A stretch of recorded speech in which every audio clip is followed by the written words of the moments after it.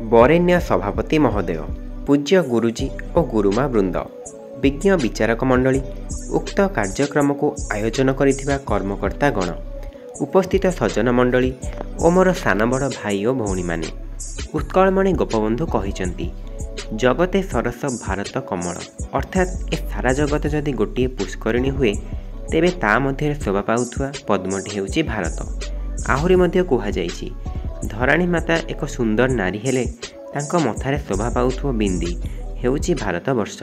भारतर विशेषत्व को एहीपरि अति उच्च कोटीर भावरे वर्णना करा जिबा पछरे जे भारत विभिन्न क्षेत्र में उच्च परंपरा सृष्टि करिछि।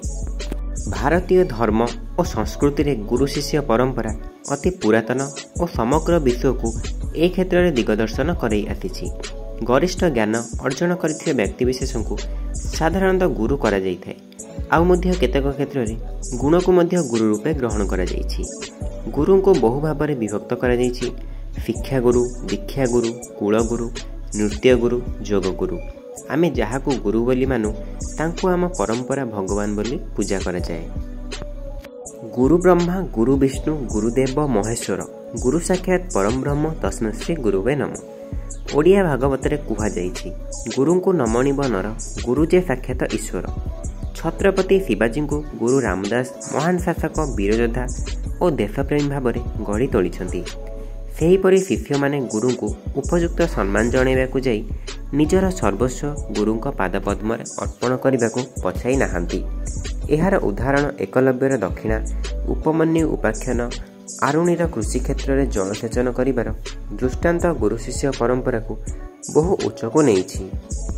गुरु परंपरार आउ गोटे दृष्टांत निया जाई पारे जे राक्षस मानकु गुरु शुक्राचार्य सदासर्वदा रक्षा करने प्रयास करिसंती और राक्षस जाति तांको उपयुक्त सम्मान देइछंती। वर्तमान जुगरे गुरु शिष्य परंपरा आधुनिकतार प्रभाव में टिके धिमेई जाइछि। पाश्चात्य राष्ट्र मानकर किछि अपसंस्कृति आम भितर प्रवेश करिछि। गोटे आनंद और सुखर विषय हेउछि जे गुरु शिष्य परंपरा को धावमान कराइबा पई सेप्टेम्बर 5 तारिख को डॉक्टर सर्वपल्ली राधाकृष्ण जन्मदिन आमे गुरु दिवस रूपे पालन करि आसुछु। गुरु शिष्य केही काठारु अंतर होई परिबे नाही। गुरु बिना गति मुक्ति नहीं एवं शिष्य उपयुक्त सम्मान गुरु को प्रदान न कले तार जीवन ए संसार रे वृथा बोली जान। ए परंपरा रहु चिरकाल जीवित। गोष्ठी धर्म जाति भेदरे न हेउ सीमित पाश्चात्य प्रभावे न जाओ भासी। गुरु वंदना उछुली पड़ू दिवानिसी। मु एतिकी कही मोर वक्तव्य शेष करुछि। धन्यवाद।